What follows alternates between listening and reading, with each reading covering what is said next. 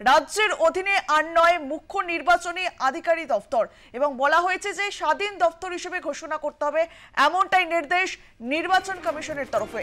রাজ্যের মুখ্য নির্বাচনী আধিকারিকের দপ্তরকে দ্রুত স্বাধীন দপ্তর হিসেবে ঘোষণা করার নির্দেশ দিল নির্বাচন কমিশন। নবান্ন সূত্রে খবর, এ বিষয়ে কেন্দ্রীয় নির্বাচন কমিশন চিঠি দিয়েছে রাজ্যের মুখ্য সচিবকে। রাজ্যের মুখ্য নির্বাচনী আধিকারিকের দপ্তরকে দ্রুত স্বশাসিত দপ্তর হিসেবে ঘোষণা করার নির্দেশ নির্বাচন কমিশনের। মুখ্য সচিব মনোজ পান্থকে কমিশনের পক্ষ থেকে চিঠি দেওয়া হয়েছে। চিঠিতে জানানো হয়েছে সিইওর দপ্তরের ওপর বর্তমানে রাজ্যের অর্থ, স্বরাষ্ট্র এবং পার্বত্য অঞ্চল বিষয়ক দপ্তরের যে অর্থনৈতিক এবং প্রশাসনিক নিয়ন্ত্রণ রয়েছে তার পরিবর্তন করতে হবে। আর এই বিষয়ে আমরা কথা বলবো। আমাদের সঙ্গে টেলিফোনে রয়েছেন আমাদের editor in chief Sujit Chattopadhyay. Sujit da, ইতিমধ্যে বিতর্কের মুখে নির্বাচন কমিশন, আর এরই মধ্যে রাজ্যের মুখ্য নির্বাচনী আধিকারিকের দপ্তরকে দ্রুত স্বশাসিত দপ্তর হিসেবে ঘোষণা করার নির্দেশ দিয়েছে নির্বাচন কমিশন। এটা নির্বাচন কমিশনের যে সিদ্ধান্ত, এটা তো দীর্ঘদিন ধরে একটা কন্ট্রোভার্সি আছে, একটা বিতর্ক রয়েছে যে অটোনমিটা কি হবে নির্বাচন কমিশনের। নির্বাচন কমিশনের স্বাধীন সত্তা বা অটোনমিটাকে নিয়ে বারবার প্রশ্ন বিভিন্ন সময় উঠেছে।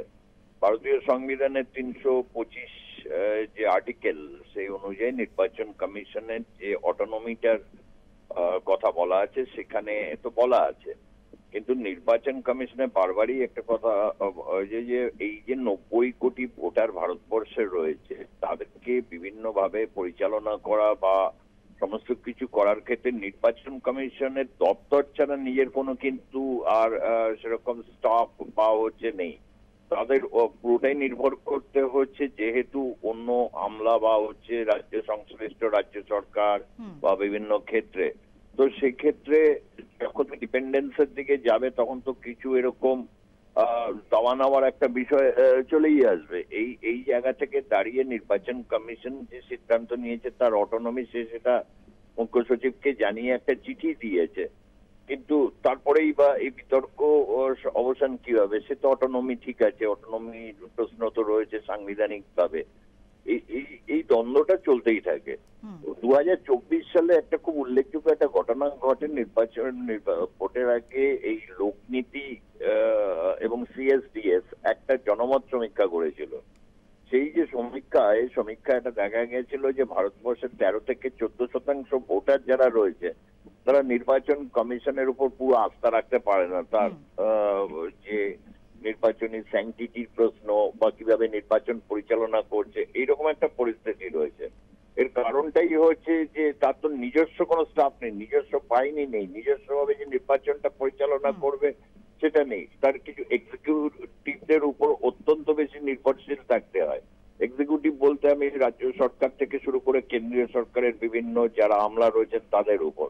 ফলে এই চিঠি এক ধরনের সতর্কবার্তা, তার কারণ পশ্চিমবঙ্গের ক্ষেত্রে নির্বাচন কমিশন আগামী দিনে অত্যন্ত গুরুত্বপূর্ণ কিছু ভূমিকা নিতে চলেছে। হয়তো বা নির্বাচনের আগে একটা প্রবল প্রতিদ্বন্দ্বী হবে যত না বেশি বিশেষভাবে তৃণমূল কংগ্রেস পরিচালিত রাজ্য সরকারের সঙ্গে যত না বেশি বিজেপি বা অন্যান্য থেকেও হয়তো ছাপিয়ে যাবে নির্বাচন কমিশনের সাথে তৈরতে। তখন অটোনমির প্রশ্ন এবং ভোটার তালিকা সংশোধন নিয়ে যা উত্তাপ ইতিমধ্যেই তৈরি হয়েছে, কাজ শুরু হওয়ার পরে এই উত্তাপ যে বাড়বে তো বলার কোনো অপেক্ষা রাখে না। এইটা একটা দিক ভারতীয় সংবিধানে যেরকম স্পেসিফিকেশন করা রয়েছে আর্টিকেল 325 অনুযায়ী, আবার তার সাথে কিছু লিমিটেশনস গুলো যেটা সীমাবদ্ধতা, সেই সীমাবদ্ধতাও রয়েছে। তার কারণ যে ডিপেন্ডেন্স অন এক্সিকিউটিভ, এই জায়গা থেকে দাঁড়িয়ে এই যে চিঠি, এটারই কিন্তু তার প্রতিফলন ঘটেছে। এবং এর মীমাংসা কিভাবে হবে এই মুহূর্তে নেই, তবে আইনত তারা সকলেই চেষ্টা করবেন যে নির্বাচন কমিশন যেটা বলছে সেটা মান্যতা দিতে, এবং মান্যতা দিলেও নির্বাচন কমিশনকে কিন্তু প্রতি মুহূর্তে তাদের সহযোগিতা নিয়ে এগোতে হবে। এবং সবচেয়ে বড় কথা, নির্বাচন কমিশনকে এটাও এনশিওর করতে হবে স্বচ্ছতার প্রশ্ন, এবং তার সাথে এই যে নির্বাচন 2024 আমরা দেখেছি নির্বাচন কমিশন, সুপ্রিম কোর্ট, ভারত ভারতবর্ষের সুজিতদা, আপনি আমাদের সঙ্গে থাকুন, আমাদের সঙ্গে টেলিফোনে রয়েছেন কংগ্রেস মুখপাত্র সুমন রায় চৌধুরী। সুমন বাবু, রাজ্যের মুখ্য নির্বাচনী আধিকারিকের দফতরকে দ্রুত স্বাধীন দফতর হিসেবে ঘোষণা করার নির্দেশ দিল নির্বাচন কমিশন, আপনার প্রতিক্রিয়া? দেখুন, বিষয়টা অত্যন্ত আশাব্যঞ্জক। রাজ্যের মুখ্য নির্বাচনী আধিকারিকের দপ্তর যদি স্বাধীনভাবে কাজ করতে পারে, ও সেটা বাংলার মানুষের জন্য, গণতন্ত্রের জন্য খুবই স্বাস্থ্যকর। কিন্তু সমস্যা হচ্ছে, আমাদের আরেকটা দিকও দেখতে হবে। এই নির্দেশের মাধ্যমে কেন্দ্রের যে শাসক দল আছে ভারতীয় জনতা পার্টি, একেতেই বাংলায় আমরা দেখেছি 2011 সালের পর থেকে মমতা বন্দ্যোপাধ্যায় বিভিন্ন তার যেসব ইনস্টিটিউশন আছে সেগুলোকে ব্যবহার করে, পুলিশকে ব্যবহার করে গণতন্ত্রকে হত্যা করেছে, এবং গণতন্ত্রকে হত্যা করতে গিয়ে বিরোধী দলের কর্মীরা খুন হয়েছেন এই বাংলার মাটিতে। আবার এই নির্দেশ যেটা এসছে কেন্দ্রীয় নির্বাচন কমিশন থেকে, যদিও এটা অত্যন্ত সদর্থক, নির্বাচনী আধিকারিক রাজ্যের স্বাধীনভাবে কাজ করতে পারা উচিত, এটা অত্যন্ত সদর্থক একটা ঘোষণা। কিন্তু আরেকটা দিকও আমাদের দেখতে হবে, এর মাধ্যমে বিভিন্ন রাজ্যে যেসব আধিকারিক রয়েছেন যারা নির্বাচন পরিচালনা করেন, তাদের পরিচালনার ক্ষমতা কেন্দ্রের শাসক দল নিজের হাতে নিয়ে নিল কিনা, সেটা একটা দেখার বিষয় আছে। কারণ নরেন্দ্র মোদী এবং মমতা বন্দ্যোপাধ্যায় দুজনেই গণতন্ত্রকে সম্মান করেননি। নরেন্দ্র মোদী তো সংবিধানকেও সম্মান করেন না, কারণ ওনারই শাসনকালে আমরা দেখেছিলাম সুপ্রিম কোর্টের বিচারপতিরা রাস্তায় নেমে এসে সাংবাদিক বন্ধুদের মুখোমুখি হয়েছিলেন। তা গণতন্ত্রের যে 4টে স্তম্ভ, যার মধ্যে সংবাদ মাধ্যমও রয়েছে, তাকেও হত্যা করার চেষ্টা করেছেন নরেন্দ্র মোদী, সংবিধানকে হত্যা করার চেষ্টা করেছেন নরেন্দ্র মোদী, গণতন্ত্রকে হত্যা করার চেষ্টা করেছেন নরেন্দ্র মোদী। এই নির্দেশ যদি সত্যি সদর্থক হয় তাহলে it is a welcome step. কিন্তু এর পিছনে যদি নরেন্দ্র মোদীর কোনো অন্তর্নিহিত উদ্দেশ্য থাকে, নির্বাচন কমিশনের মতন সাংবিধানিক ইনস্টিটিউশনকে ব্যবহার করে রাজ্যের মুখ্য নির্বাচন আধিকারিকদের নিজের কবজায় আনার চেষ্টা করেন, সেটাও কিন্তু গণতন্ত্রের জন্য খুব বিপজ্জনক। তাই আমাদের লক্ষ্য করতে হবে বিভিন্ন রাজ্য এই বিষয়ে কি সিদ্ধান্ত নেন, এবং এই সিদ্ধান্ত যদি কার্যকর হয় কতটা সেটা গণতন্ত্রের জন্য ফলপ্রসূ, সেটাও কিন্তু দেখার বিষয় আছে। কিন্তু সামগ্রিকভাবে কেন্দ্রীয় নির্বাচন কমিশন এবং রাজ্যের নির্বাচন আধিকারিক দুটো দপ্তরই স্বাধীনভাবে গণতন্ত্র রক্ষার স্বার্থে কাজ করতে পারা উচিত, যেটা পশ্চিমবঙ্গে সম্ভব হয় না। এবং এই নির্বাচন আধিকারিকদের ব্যবহার করে মহারাষ্ট্রে ভোট ম্যানিপুলেট করেছেন নরেন্দ্র মোদী এবং মমতা বন্দ্যোপাধ্যায় দুজনেই একই দোষে দুষ্ট। বেশ, অনেক ধন্যবাদ আপনাকে আমাদের সঙ্গে কথা বলার জন্য। আমরা আবারও চলে যাব আমাদের এডিটর ইন চিফ সুজিত চট্টোপাধ্যায়ের কাছে। সুজিত, যেমনটা বলছিলেন আপনি। মানে এটা একটা এখানে নির্বাচন কমিশনে যেটা কিছুক্ষণ আগে সুমন বলছেন যে কেন্দ্রের নির্বাচনী বাকায়দা নির্বাচন কমিশনকে যদি কেন্দ্রের শাসক দল যেটা ব্যবহার করে, যেটা সুমনদের পার্টিও এক সময় করতো, ভারতবর্ষে ইমার্জেন্সি বা নির্বাচন ইন্দিরা গান্ধী বা তৎপরবর্তী সময় যেগুলো ভাবে কংগ্রেসও ব্যবহার করেছে একটা সময়। এবং এখন যে মুখ্য নির্বাচন কমিশনারকে যে নিয়োগ করা হয়, সেই নিয়োগের প্রক্রিয়া তো মানে হয়েছে, সেখানে 2:1, অর্থাৎ প্রধানমন্ত্রী থাকবেন, আগে প্রধান বিচারপতি থাকতেন, এখন তো প্রধান বিচারপতি নেই, আরেকজন প্রধানমন্ত্রীর মনোনীত সদস্য থাকবেন আর বিরোধী দলনেতা। তো সেখানে তারা ছিলেন বিরোধী দলনেতা অধীর রঞ্জন চৌধুরী, যিনি রাজ্য সরকারগুলোর ক্ষেত্রে তার একটা ভূমিকা থাকা উচিত। এখন এই জায়গা থেকে দাঁড়িয়ে এই যে রাজ্য সরকারগুলোর কাজে এখন কি করবে, রাজ্য সরকারের কি স্টাফটা কে দেবে? নির্বাচন কমিশন তাহলে করুক। এত শক্তিশালী একটা ভারত রাষ্ট্র, তার সাংবিধানিক একটা এনটিটি আছে, আর্টিকেলে 325 ধারা অনুযায়ী লোক নিয়োগ করুক। গোটা ভারতবর্ষ জুড়ে যে নির্বাচনকে সুষ্ঠুমতো করার জন্য নির্বাচন কমিশনের আন্ডারে বিভিন্ন কর্মী নিয়োগ করুক। রেল দপ্তর যদি করতে পারে, অন্যরা করতে পারে, অন্যদের কাছ থেকে এটা সাহায্য তাদের নিতে হয়। এবং এই ক্ষেত্রে রাজ্য নির্বাচনী যিনি আধিকারিক থাকছেন, তিনি সবসময় সেন্ট্রালের ডাইরেকশনে চলবেন, এটাই স্বাভাবিক।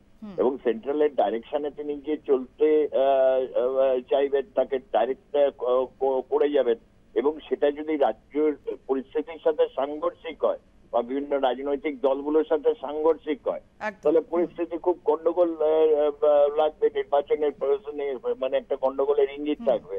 আবার এটাও ঠিক তাদের স্বশাসিত সংস্থা, সেখানে তা করতে হবে। আগে এই বিষয়টা দীর্ঘদিন এখানে মিস্টার আফরোজ ছিলেন, আরিফ আফরোজ, যিনি রাজ্যের নির্বাচন আধিকারিক ছিলেন, কেন্দ্রীয় নির্বাচন সংস্থা থেকে তিনি রিটায়ার করার পর এখন যেটা নতুন এসছেন, ফলে তার একটা স্যাংটিটির প্রয়োজনীয়তা রয়েছে, সেই কথাটাই মুখ্য সচিবকে জানিয়েছেন। কিন্তু এটা নিয়ে যে বয়ান বা যেটা আসছে আগামী দিনে, সেটা বলা যায় যে পশ্চিমবঙ্গের নির্বাচন প্রক্রিয়া অত্যন্ত একটা বেশ কঠিন এবং প্রতিদ্বন্দ্বিতামূলক হতে চলেছে, সেটা সাংঘর্ষিক যাতে রূপ না নেয় সেটা থাকার দরকার। তবে মহারাষ্ট্রের সাম্প্রতিক নির্বাচন কিন্তু নিয়ে বিরোধীরা অনেক পরে তাদের সম্বিত ফিরেছে, যখন হচ্ছে নির্বাচন হয়ে গেছে এবং তারা হেরে গেছে। এখন তারা এই বিষয়টাকে নিয়ে বলছে, এবং বিহার এবং পশ্চিমবঙ্গে এই নির্বাচন যে একটা বেশ তাপমাত্রা তৈরি করবে, এই ব্যাপারে কোনো সন্দেহ নেই। ধন্যবাদ সুজিত দা। বিহারে বিধানসভা নির্বাচনের আগে ভোটার তালিকার বিশেষ নিবিড় সমীক্ষা করতে গিয়ে ইতিমধ্যেই বিতর্কের মুখে পড়েছে নির্বাচন কমিশন। তৃণমূল নেত্রী মমতা বন্দ্যোপাধ্যায় অভিযোগ তুলেছেন, লক্ষ লক্ষ ভোটারের নাম বাদ দেওয়া হচ্ছে পড়শি রাজ্যে। পশ্চিমবঙ্গ বিধানসভা ভোটের একই কায়দায় কমিশন নাম বাদ দেওয়ার চেষ্টা করবে বলে অভিযোগ তুলেছিলেন তৃণমূল নেত্রী। আর এবার রাজ্যের মুখ্য নির্বাচনী আধিকারিকের দপ্তরকে দ্রুত স্বশাসিত দপ্তর হিসেবে ঘোষণা করার নির্দেশ নির্বাচন কমিশনের। মুখ্য সচিব মনোজ পন্তকে কমিশনের পক্ষ থেকে চিঠি। রাজ্যের অধীনে আর 9 মুখ্য নির্বাচন আধিকারিকের দপ্তর। নবান্নে চিঠি পাঠিয়ে স্বাধীনতার বার্তা কমিশনের। কেন্দ্রীয় নির্বাচন কমিশনের চিঠিতে জানানো হয়েছে, সিইওর দপ্তরের ওপর বর্তমানে রাজ্যের অর্থ, স্বরাষ্ট্র ও পার্বত্য অঞ্চল বিষয়ক দপ্তরের যে অর্থনৈতিক এবং প্রশাসনিক নিয়ন্ত্রণ রয়েছে তার পরিবর্তন করতে হবে। আমাদের সঙ্গে টেলিফোনে রয়েছেন তৃণমূল নেতা জয়প্রকাশ মজুমদার। জয়প্রকাশ বাবু, রাজ্যের মুখ্য নির্বাচন আধিকারিকের দপ্তরকে দ্রুত স্বাধীন দপ্তর হিসেবে ঘোষণা করার নির্দেশ দিল নির্বাচন কমিশন, আপনার প্রতিক্রিয়া? এই চিঠির যে কি অর্থ সেটাই তো বোঝা যাচ্ছে না। তার মানে কি এতদিন পরাধীন ছিল? এই যে রাজ্যের নির্বাচনের যে আধিকারিক, মুখ্য নির্বাচনী আধিকারিক, এটা একটা ব্রাঞ্চ অফিস। জাতীয় নির্বাচন কমিশনের প্রত্যেক রাজ্যে একটা করে ব্রাঞ্চ অফিস থাকে, তার প্রধানকে বলা হয় মুখ্য নির্বাচনী আধিকারিক এবং তার দপ্তর। এই চিঠির অর্থ কি গত 70 বছর ধরে নির্বাচনে কমিশনের ব্রাঞ্চ অফিসগুলো পরাধীন ছিল? তাহলে কি করে নির্বাচন হলো এতদিন? এটাই তো প্রথম প্রশ্ন মাথায় আসে, যে স্বাধীনতা পেতে হবে। পরাধীন যারা, তারা স্বাধীনতার আবেদন করে বা দাবি জানায়। সুতরাং এই চিঠির মূল্যহীন বলেই আমি মনে করি। কারণ এতদিন ধরে যে আইন, যে নিয়মের বলে নির্বাচন কমিশন চলছে বা চলছিল, আজকে তার আমূল পরিবর্তন করার চেষ্টা করছে অমিত শাহের হাতে বাছা কিছু নির্বাচনী আধিকারিক দিল্লিতে যারা বসছে, ইলেকশন কমিশনার। তারা তো সব ছিল অমিত শাহের দপ্তরের লোক। তাদেরকে নিজেদের আইন কানুন পাল্টে তাদের নিয়োগ করেছে, আর নিরপেক্ষতা বলে কিছু নেই। এসেই তারা ভোটার লিস্ট গড়মিলে ব্যস্ত হয়ে পড়েছেন যে কি করে ভোটার লিস্ট নিজেদের মতন, বিজেপির মতন বানানো যায়। একটা স্বাধীন সংস্থাকে পরাধীন তো করেছে বিজেপি, আর তারপরে সেই পরাধীন সংস্থা বিজেপির কাছে যারা স্বাধীনতা হারিয়েছে, নিরপেক্ষতা হারিয়েছে, তারাই আবার চিঠি দিচ্ছে যে এই রাজ্যের যে নির্বাচনী আধিকারিক, তাদেরই ব্রাঞ্চ অফিস, তার স্বাধীনতা চাই। এরকম আজগুবি কথা কেউ শুনেছে? আর এটা কিভাবে হবে, কি প্রক্রিয়ায়? তার মানে এখন কি তারা বলবে যে পশ্চিমবঙ্গে আমরা 1 লক্ষ লোক নিয়োগ করব এই বিএলও হওয়ার জন্য, booth level officer, returning officer, বিভিন্ন যারা কাজ করবে আমরা রাজ্য সরকার থেকে নেব না, আমরা নিজেরাই তাদেরকে নিয়োগ করব। সম্ভব এটা? যত আজগুবি কথাবার্তা এবং বাস্তবিকতা নেই। মাথা খারাপ হয়ে গেছে এই নির্বাচন কমিশনাররা যারা দিল্লি বসে আছেন আর অমিত শাহের কথায় প্রত্যেকদিন উঠছেন আর বসছেন। বেশ, অনেক ধন্যবাদ আপনাকে আমাদের সঙ্গে কথা বলার জন্য। আমরা কথা বললাম তৃণমূল মুখপাত্র জয়প্রকাশ মজুমদারের সঙ্গে। সিইও দফতর আর নয়, রাজ্যের অধীন মুখ্য নির্বাচনী আধিকারিকের কার্যালয়ে স্বাধীন করতে চিঠি এবং কমিশনের প্রস্তাব পৃথক নির্বাচনী দফতর গঠন করতে হবে, রাখতে হবে পৃথক বাজেট খাত, আর্থিক ও প্রশাসনিক ক্ষমতা থাকবে সিইওর, আর্থিক পরামর্শদাতা নিয়োগ করতে হবে সিইওর কার্যালয়ে। রাজ্য সরকারের যে কোনো দপ্তরের থেকে সিইও কার্যালয়ের সব সম্পর্ক ছিন্ন করতে হবে, এমনটাই নির্দেশ নির্বাচন কমিশনের। রাজ্যের মুখ্য নির্বাচনী আধিকারিকের দপ্তরকে দ্রুত স্বশাসিত দপ্তর হিসেবে ঘোষণা করার নির্দেশ নির্বাচন কমিশনের। মুখ্য সচিব মনোজ পান্তকে কমিশনের পক্ষ থেকে চিঠি।